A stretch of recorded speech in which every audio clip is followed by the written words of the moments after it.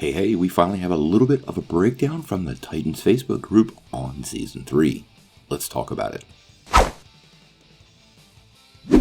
Hey guys, thanks for tuning in to Comic Book Nostalgia. I'm CB Nostalgia, and we got a little update on the 3rd season of Titans. But first, don't forget, make sure you hit that like button, press subscribe, and ring the bell if you want to get all the updates. Well, we got a little bit of an update on Season 3 of Titans, and it's not very big info, but I do think it's pretty important. Now, this comes from the DC Titans Facebook group, which has been a source of pretty reliable information throughout the lifespan of the series. Now, I've included a link to that group down below, and what we found out is pretty interesting. What we found out was there have been some changes to the plans for Season 3. Season 3 was supposed to have a small focus on Gotham, but that completely changed thanks to the worldwide health crisis, and production was postponed until fall or even winter of this year. Since anybody that knows what Gotham City is all about, it's always dark and it appears always cold. So they decided, since they were stuck with that filming window, to focus more on Gotham City for Season 3 than San Francisco.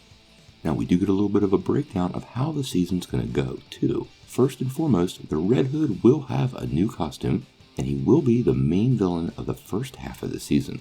Now, the word new costume does raise some eyes, and I'm really hoping they don't move away from the classic helmet and jacket. To me, that means he's going to be moving over to that costume, and I think that'll be pretty great. As we said, I can totally see him robbing the Batcave of all kinds of goodies before putting some separation between him and Batman. As we said here quite a few times, I really think Jason Todd is going to have a redemptive storyline during the first half of the season. We'll see Jason fight his demons, have the team rescue him, and likely return to a maybe at least anti-hero status before the end of that arc. I do think this actually will lead directly into his spin-off show, and the storyline is probably pretty critical to setting that up. It seems pretty logical that the time of year that you're producing a show would play into the setting since you have to simulate multiple environments. And I do get why they might be moving it to Gotham. I mean, quite honestly, would you rather them delay production longer to get to the right time of year, or adjust the setting and story a little bit so we can get to the 3rd season a little bit quicker? Now, last season teased the other storyline, and that was Blackfire.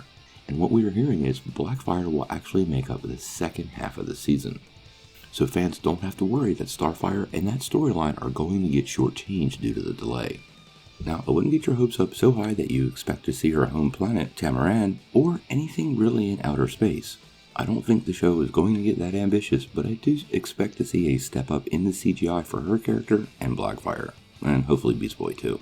There's been some fan criticism that this show is more bat-oriented than it needs to be, and that's now been amplified by the announcement that they're going to Gotham in Season 3. So hopefully Starfire gets the proper treatment. She's a major Titans character, and really at the center of a lot of storylines in the comics that are being completely missed out on. The other thing the Titans Facebook group does mention is something else we've already talked about. The Scarecrow is supposed to appear in Season 3, and I suspect will mostly be part of that first half of the season storyline. Now, what's being suggested is the Titans version of this character is going to be quite different than what we've known in the comics before, but they did seem to confirm what we thought the character would be portrayed like. As we've said a couple times, this version of the Scarecrow seems to completely vibe Hannibal Lecter from Silence of the Lambs. Obviously, they're not going to get Anthony Hopkins to play the character, but that sort of scary, crazy, all-knowing kind of guy would be perfect for this show. Now, one thing all of this suggests to me, the Red Hood, Scarecrow, and Blackfire, is the team is going to be attacked from not just multiple physical fronts, but mentally, emotionally, and more important, psychologically.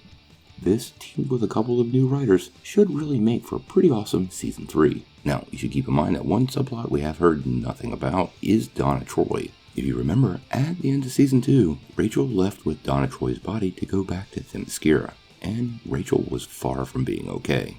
We already know that we're going to see the return of Donna Troy, but how this fits into either one of these stories, or if it's a totally separate parallel story, we still have no idea.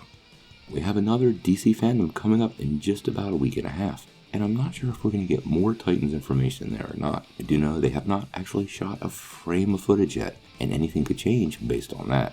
In any case, once we get some visuals on the Red Hood, and some more news on Season 3 of Titans, we'll bring it your way immediately. But I'm curious on what you think.